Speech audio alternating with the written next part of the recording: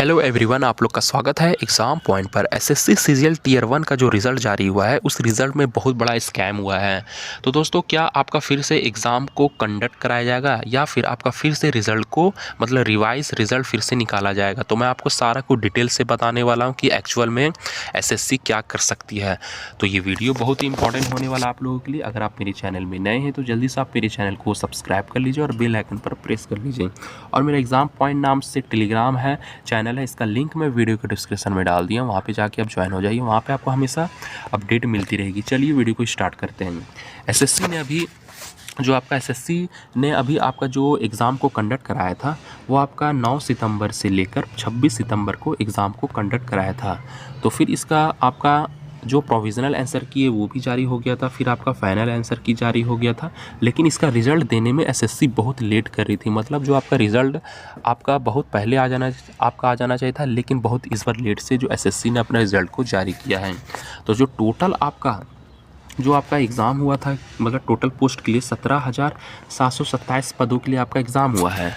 लेकिन इस बार जो आपका टीयर 2 के लिए जो टोटल कैंडिडेट जो सेलेक्ट हुए हैं, 1,86,509 टोटल कैंडिडेट को सेलेक्ट किया गया है टीयर 2 एग्ज़ाम के लिए। लेकिन सबसे इम्पॉर्टेंट बात इसमें ये है, मतलब सबसे बड़ी बात यह है कि इस बार कट ऑफ भी बहुत हाई गई है।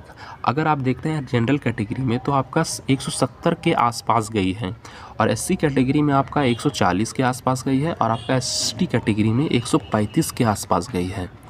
और आपका जो ओबीसी कैटेगरी में जो आपका कट ऑफ गई है वो आपका 160 के आसपास, और ईडब्ल्यूएस कैटेगरी में आपका 160 के आसपास। मतलब दोस्तों, एक बहुत ज़्यादा पिछले बार से, मतलब हर साल से अगर आप रिकॉर्ड उठा के देखेंगे तो इस बार बहुत ही ज़्यादा कट ऑफ गई है। तो मैं आपको बता दूं दोस्तों, इस बार जो कट ऑफ गई बहुत ज़्यादा कट ऑफ गई है। और साथ सबसे बड़ी बात ये भी है कि एक ही सेंटर से बहुत सारे कैंडिडेट को क्वालिफाई कर दिया गया है टीयर 2 के लिए। तो एसएससी को आगे क्या करना चाहिए, इस पे विचार क्या करना चाहिए, तो मैं आपको बता दूं कि हो सकता है कि एसएससी इसे फिर से एग्ज़ाम को कंडक्ट कराए या फिर इसे रिवाइज है जो रिज़ल्ट है वो जारी करे। तो ये सारा कुछ आपका एसएससी पर डिपेंड करेगा।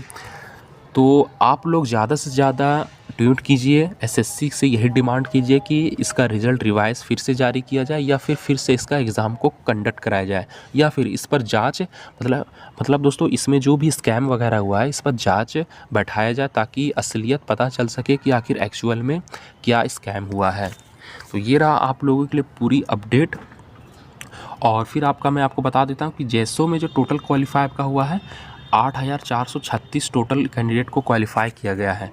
और आपका स्टैटिकल इन्वेस्टिगेटर में 2,833 कैंडिडेट को क्वालिफाई किया गया, और अदर पोस्ट में 1,65,240 को किया गया है। तो दोस्तों, मैं आपको बता दूं कि एसएससी अगर चाहेगी तो फिर से इसका रिवाइज आंसर की निकाल सकती है, या फिर इस एग्ज़ाम को कैंसिल करके फिर से एग्ज़ाम ले सकती है। ये सारा कुछ आपका डिपेंड जो करेगा वो एसएससी पे करेगा। अगर आप लोग दोस्तों न्याय चाहते हैं तो आप ट्विटर पे ज़्यादा से ज़्यादा आप लोग ट्वीट करें, एसएससी से यही डिमांड करें कि इस पर जांच हो और जो एक्चुअल में क्या हुआ है वो सब पता चल सके। या फिर आप एसएससी के ऑफिस में जाइए, हेड ऑफिस में, वहाँ पे आप लोग जाइए, वहाँ पे आप लोग लेटर लिखिए, और वहाँ पे लेटर लिख के दोस्तों वहाँ के एसएससी के चेयरमैन को सौंपिए कि इस पर जल्द से जल्द जाँच बैठाया जाए, आखिर इतना बड़ा स्कैम कैसे हुआ है।